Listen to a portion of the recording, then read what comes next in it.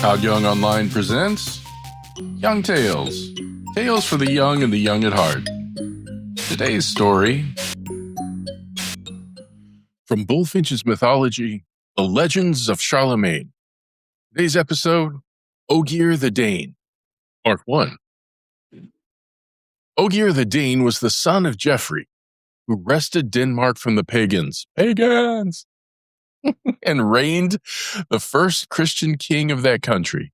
When Ogier was born, and before he was baptized, 6 ladies of ravishing beauty appeared all at once in the chamber of the infant.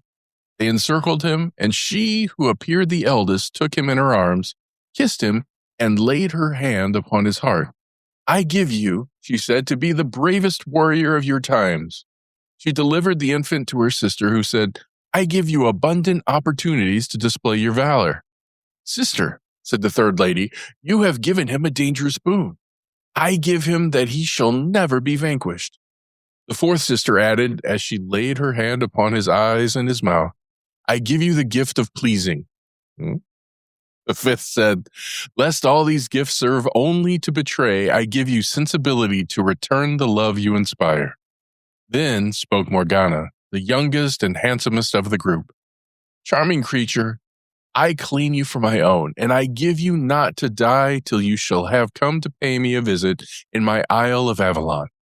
Then she kissed the child and departed with her sisters. After this, the king had the child carried to the font and baptized with the name Ogier. In his education, nothing was neglected to elevate him to the standard of a perfect knight, and render him accomplished in all the arts necessary to make him a hero. He had hardly reached the age of 16 years when Charlemagne, whose power was established all over the sovereigns of his time, recollected that Geoffrey, Ogier's father, had omitted to render the homage due to him as emperor and sovereign lord of Denmark, one of the grand fiefs of the empire. He accordingly sent an embassy to demand of the king of Denmark this homage, and on receiving a refusal, couched in haughty terms, sent an army to enforce the demand.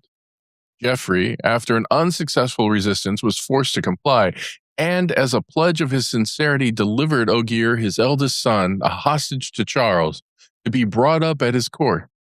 He was placed in the charge of Duke Nemo of Bavaria, the friend of his father, who treated him like his own son. Ogier grew up more and more handsome and amiable every day. He surpassed in form, strength, and address all the noble youths of his companions. He failed not to be present at all tourneys. He was attentive to the elder knights and burned with impatience to imitate them. Yet his heart rose sometimes in secret against his condition as a hostage, and as one apparently forgotten by his father. The king of Denmark, in fact, was at this time occupied with new loves. Ogier's mother having died, he had married a second wife and had a new son named Gian.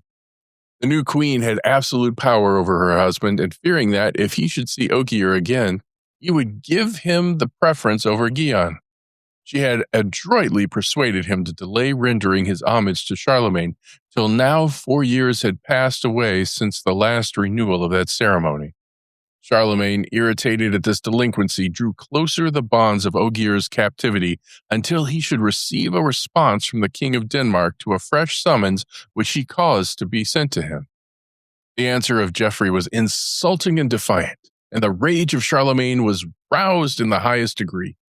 He was at first disposed to wreak his vengeance upon Ogier, his hostage, but at the entreaties of Duke Nemo, who felt towards his pupil like a father, consented to spare his life if Ogier would swear fidelity to him as his liege lord, and promise not to quit his court without his permission.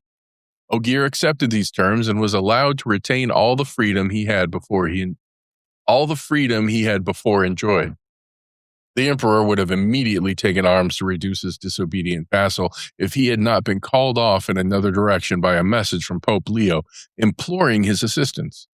The Saracens had landed in the neighborhood of Rome, occupied Mount Janiculum, and prepared to pass the Tiber and carry fire and sword to the capital of the Christian world.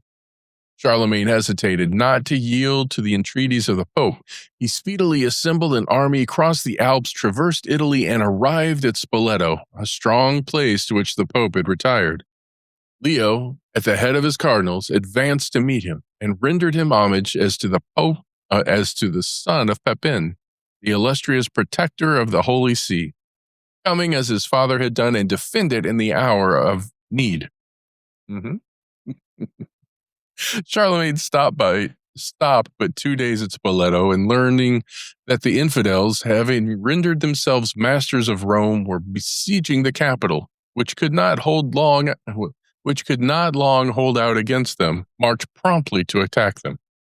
The advanced posts of his army were commanded by Duke Nemo, on whom Ogier waited as his squire. He did not yet bear arms, not having received the order of knighthood.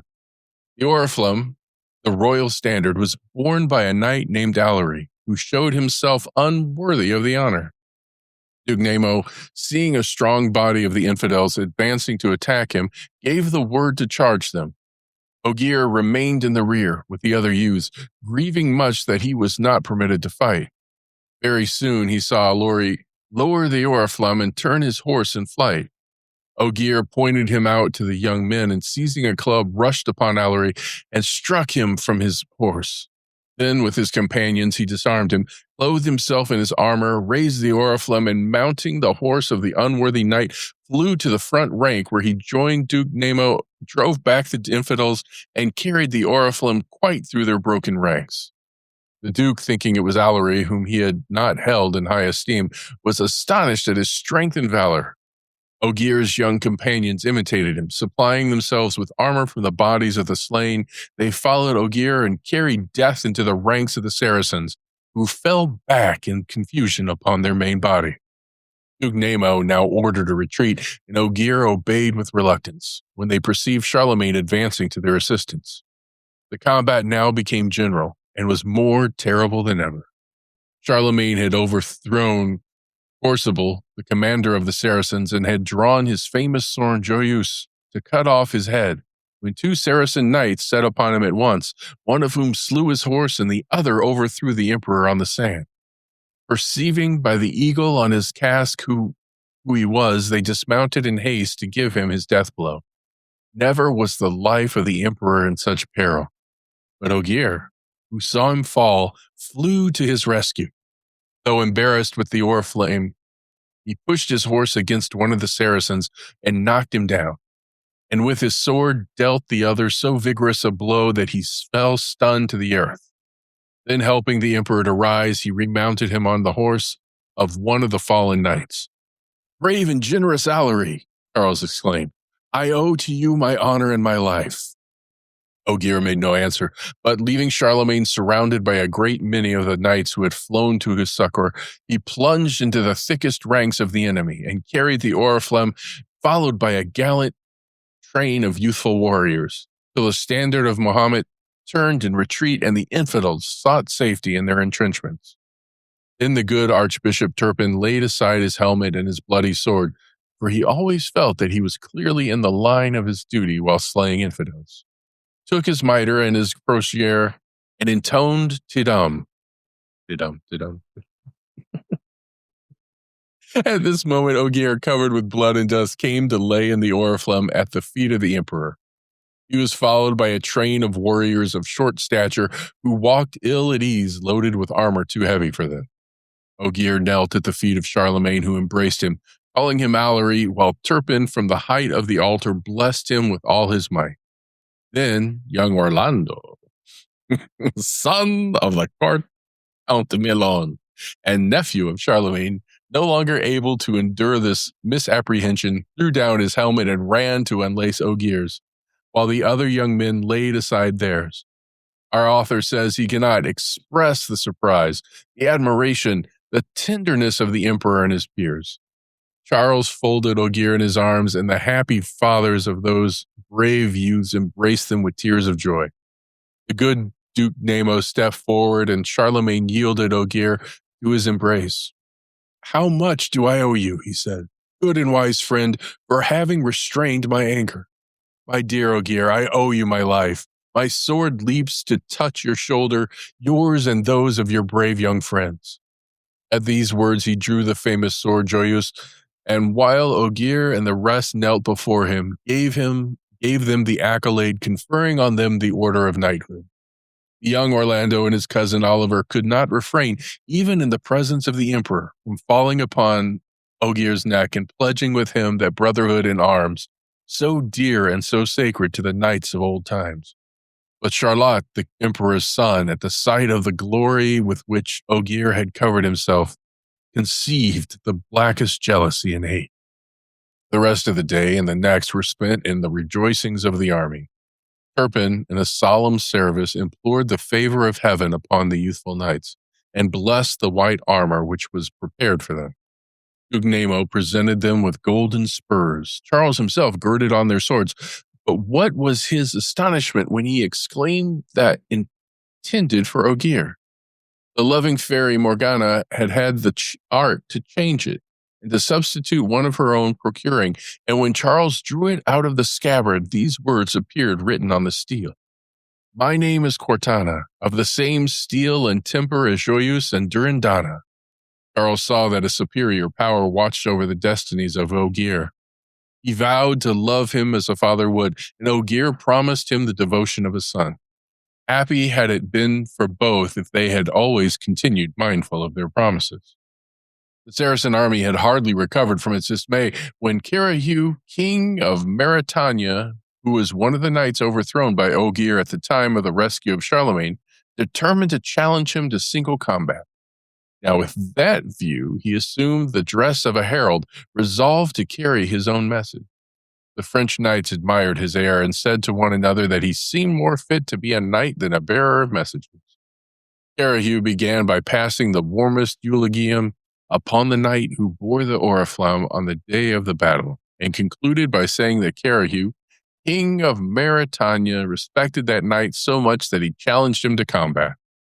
Ogier had risen to reply when he was interrupted by Charlotte, who said that the gage of the king of Mauritania could not fitly be received by a vassal living in captivity, by which she meant Ogier, who was at that time serving as hostage for his father.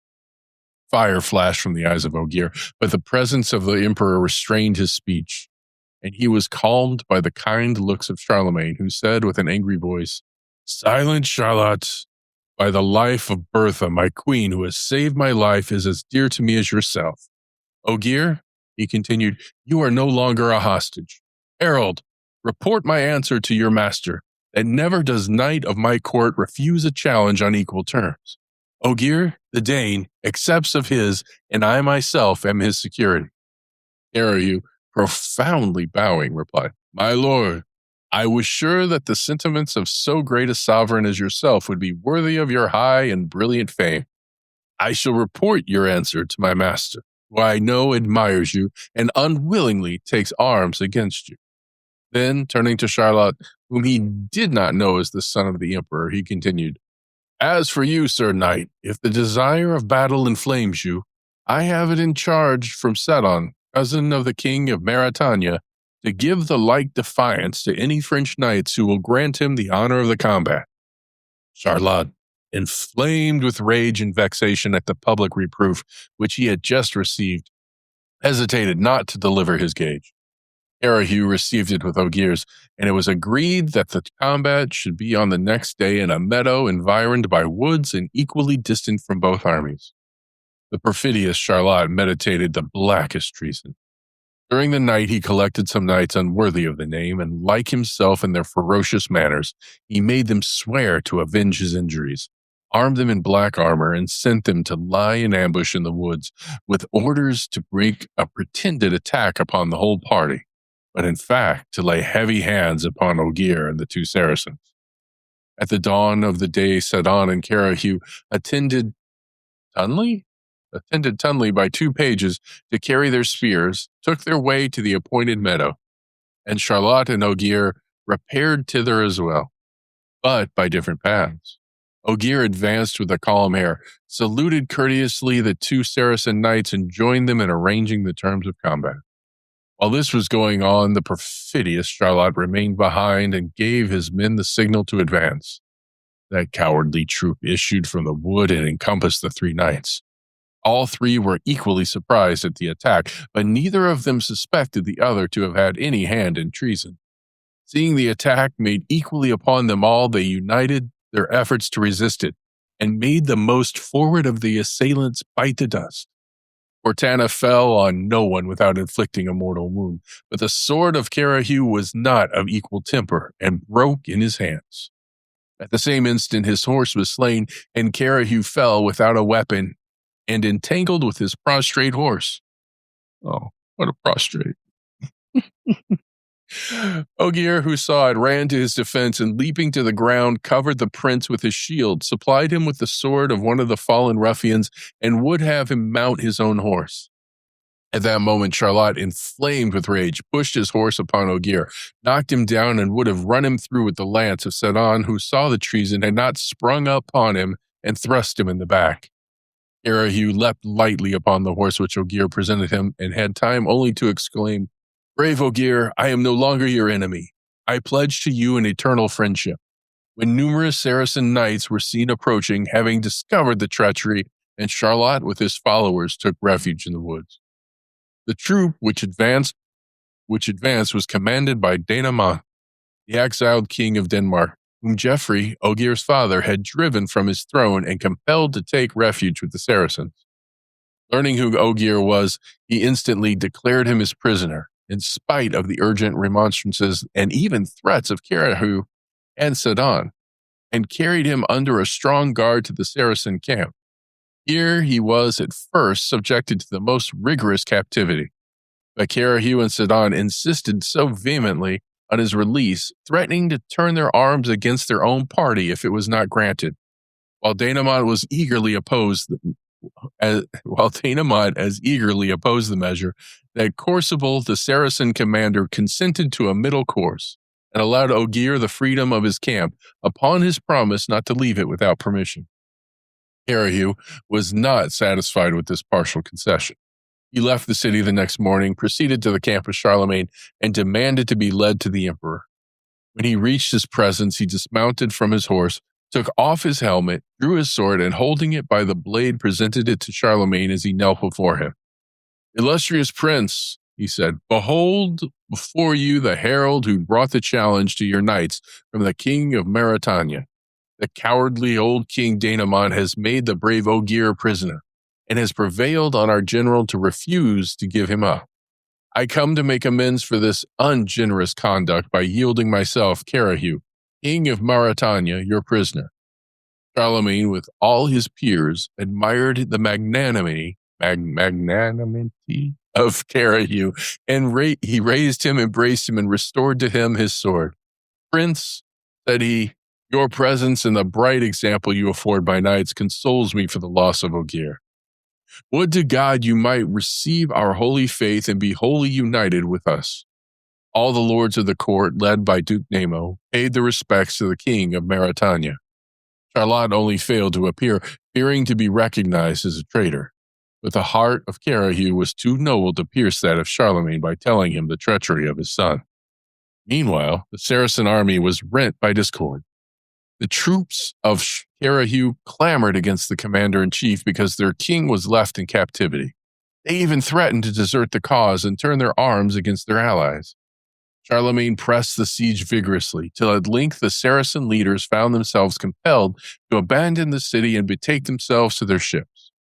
A truce was made. Ogier was exchanged for Carahu, and the two friends embraced one another with vows of perpetual brotherhood. The Pope was reestablished in his dominions, and Italy being tranquil, Charlemagne returned with his peers and their followers to France. And here's where we end for today.